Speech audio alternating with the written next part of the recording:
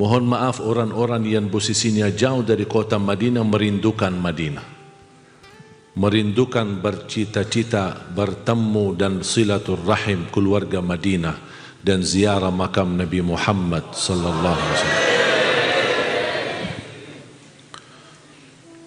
Sampai terjadi berbeda pendapat antara ulama mana yang lebih mulia, Makkah atau Madinah. Dan sampai sekarang belum ada ijma' ulama Makkah lebih mulia dari Madinah. Tetapi dengan perbedaan itu saya tidak perlu bahas. Saya lahir besar di kota Madinah dan selalu saya berdoa kepada Allah, Allahumma inni as'aluka syahadatan fi sabilik wa mitatan fi baladi rasulik sallallahu alaihi wasallam. Itu doa Sayyidina Umar Ibn Al-Khattab radhiyallahu anhu. Gimana caranya saya mati syahid dan dimakamkan di Madinah sedangkan saya berada di Indonesia? Mohon maaf, itu bukan urusan kalian, itu urusan Allah subhanahu wa ta'ala. Sama-sama Sayyidina Umar bin Khattab ketika berdoa, orang banyak menegur Amirul Mukminin Umar bin Khattab, gimana mau mati syahid sedangkan lapangan atau perang berada di kota yang jauh, posisinya jihad berada di kota yang jauh, sedangkan Madinah aman, tidak ada perang, tidak ada musuh, gimana mau mati syahid? Kata beliau, itu permintaan aku sama Allah dan Allah yang urus. Ternyata Allah kabulkan karena doanya yang ikhlas dan jujur. Mati syahid, dan di mana? Di mihrab Nabi Muhammad sallallahu alaihi wasallam.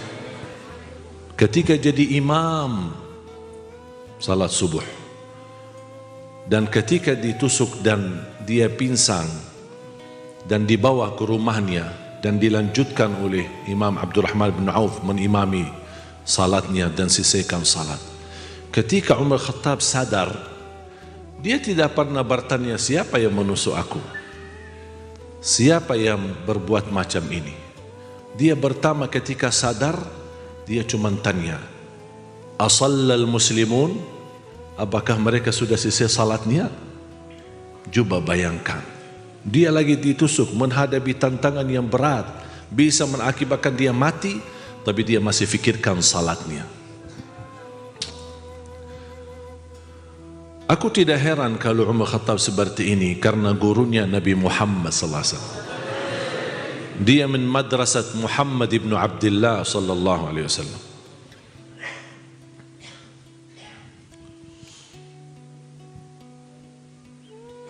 Para pencinta Rasul, cinta enggak Rasul? Yang benar? Benar. Tahu enggak kira-kira bukti cinta Rasul itu kapan bisa terlihat? Ketika menghadapi ujian. Kalau sekarang Bapak, Ibu dan semua jamaah pemuda-pemudi ini lagi santai, lagi enak, rileks, tidak ada tekanan, dan tidak bisa terbukti cintaan kita kepada Nabi Muhammad kecuali ketika kita tertekan dengan ujian.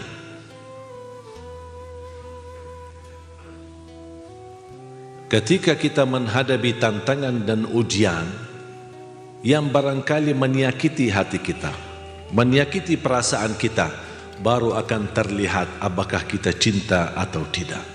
Apakah kita bisa menghadapi tantangan, menghadapi kehinaan, menghadapi kecelakaan, menghadapi musibah, menghadapi tantangan dan orang memusuhi kita.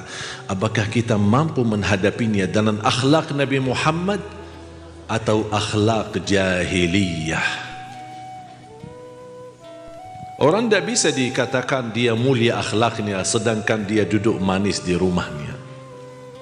Orang tidak bisa dikatakan mulia akhlaknya ketika dia lagi bersama teman biasa-biasa bermain. Tapi kapan dilihat akhlaknya mulia atau tidak?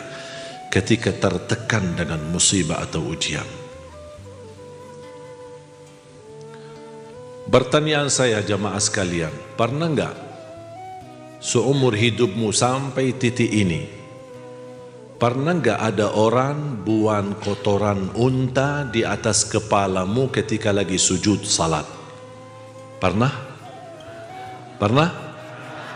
Berarti kalian belum diuji.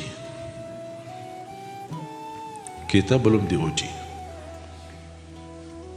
Rasulullah SAW pernah sujud di hadapan Ka'bah. Ada orang kuffar Quraisy membawa kotoran unta di atas kepala Nabi Muhammad SAW. Siti Fatimah datang membersihkan kotorannya dan Rasulullah SAW mengangkat kepalanya dan tidak marah. Rasul mengangkat tangannya hanya berkata, Allahumma hdi qaumi fa innahum la ya'lamun.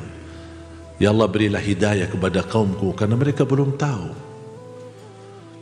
Saya sudah belajar